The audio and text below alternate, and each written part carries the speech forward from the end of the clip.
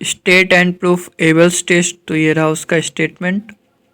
इसको प्रूफ करने के लिए हम लोग दो थ्योरम का यूज करेंगे, सेकेंड मीन वैल्यू थ्योरम और कॉची टेस्ट, जिसमें कि आपको ये वाला स्टेटमेंट ये सब लिखने का जरूरत नहीं है।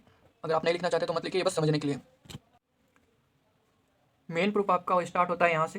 तो देखिए, सिंस ये आपका क्वेश्चन देखिए स्टेटमेंट में ही लिखा हुआ था, क्या आपका स्टेटमेंट में लिखा हुआ था कन्वर्जेंट, तो वहाँ से लेके चलते हैं हम लोग।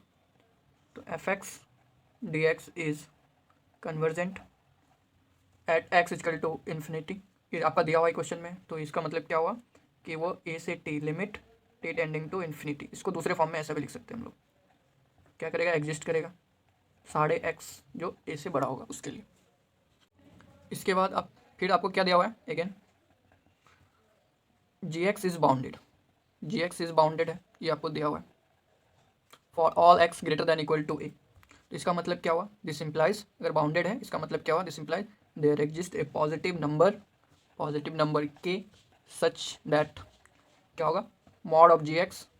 बाउंडेड का मतलब ये होता है, ये इसमें कुछ समझना ही नहीं, बाउंडेड है तो ऐसा होगा। अभी तक समझने वाला कोई बात नहीं था, अभी तक बस रटने वाला बात था। अब देखिए, ये दोनों कंडीशन के अलावा एक और कंडीशन दिया हुआ था, क्या कि जी एक्स ऑल्सो, तो हम लोग लिखेंगे ऑल्सो, क्या दिया हुआ था, जी एक्स इज मोनोटोनिक, मोनोटोनिक दिया हुआ था। तो मोनोटोनिक अगर होता है कोई फंक्शन तो वो क्या होता है, इंटीग्रेबल होता है। तो दिस इम्प्लाइज कि T1 से T2 जी एक्स डी एक्स क्या करेगा, आपका एग्जिस्ट करेगा, एग्जिस्ट। इसके बाद हम लोग लिखेंगे बाय सेकेंड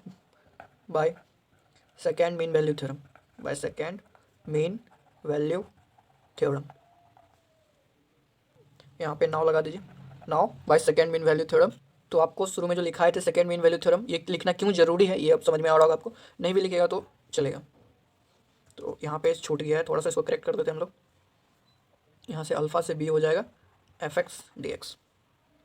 तो इतना लिखने के बाद हम लोग क्या लिखेंगे, by second mean value theorem there exist, देखिए जाय, ऐसा लिखिए आप, क्यों लिखना है ये सब ज़्यादा दिमाग मत लगाइए।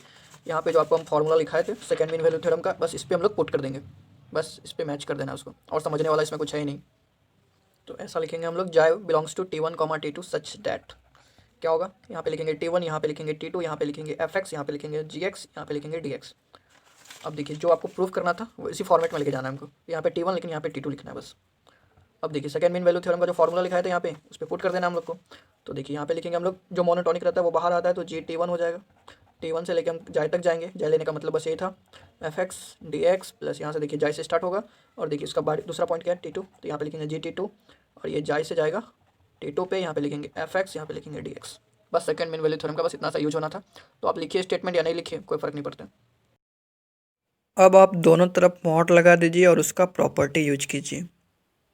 अब देखिए आप हम लोग यहाँ पे जो लिखे हुए हैं जी एक्स इज बाउंडेड, ये वाला प्रॉपर्टी यूज करेंगे। तो यहाँ पे देखिए क्या लिख सकते हैं, इसको लेस देन इक्वल टू, इसको लिख सकते हैं लेस देन के, यहाँ पे मॉड जो है आप उसको वैसे ही रहने दीजिए, ये जाई एफ एक्स डी एक्स, और यहाँ पे ये लेस देन के हो जाएगा, लेस देन के, और ये T2 से लेके जाई एफ एक्स डी एक्स। अब के को कॉमन ले लीजिए आप, तो इसको हम लोग और कैसे लिख सकते हैं, इसको कैसे लिख सकते हैं, और इक्वल टू, ये इक्वल टू का मतलब आप इसको कैसे लिख सकते हैं, ये आपका जाई T1 से जाई एफ एक्स, सॉरी हाँ yes, F X D x का मॉड प्लस ये मॉड है, ये T2 है, ये जाय है, ये एफ एक्स डी एक्स। अब देखिए इसके बाद हम लोग क्या लिखेंगे, नाउ आपका ए से infinity F X D X is convergent दिया हुआ है, ये आपका कन्वर्जेंट दिया हुआ है। तो देन हम लोग जो कॉची टेस्ट लिखे थे उसी का यूज़ करेंगे, then by Cauchy test for epsilon greater than 0 there exist a positive number को मान लेते हैं हम लोग T0, जो किस पे डिपेंड करेगा, एप्सिलन, इसको हम लोग T0 ऐसे लिखें, इसका मतलब depending upon epsilon there exist a positive number, इसको हटाइए, T0 depending upon epsilon such that, क्या होगा आपका पहला वाला, देखिए ये वाला टर्म लेंगे हम लोग, T1 से लेकर जाए एफ एक्स डी एक्स, ये आपका लेस देन हो जाएगा एप्सिलन का, T1 greater than equal to T0, ठीक है। उसी तरीके से आपका दूसरा वाला टर्म जाए से T2 जो है एफ एक्स डी एक्स, वो भी लेस देन हो जाएगा एप्सिलन का for all T2 greater than equal to T0।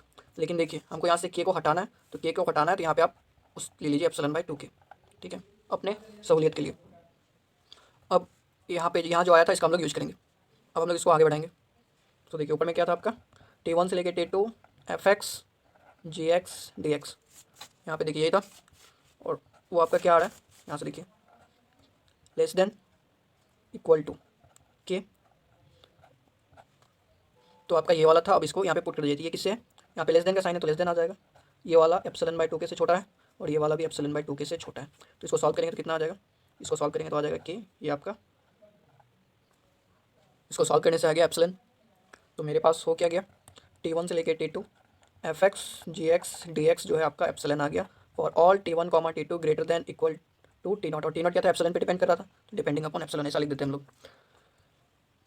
अगर ऐसा हो गया तो ए से बी, सॉरी ए से infinity F X G X D X जो है आपका कन्वर्जेंट हो गया, is convergent by Cauchy test, Cauchy test by Cauchy test.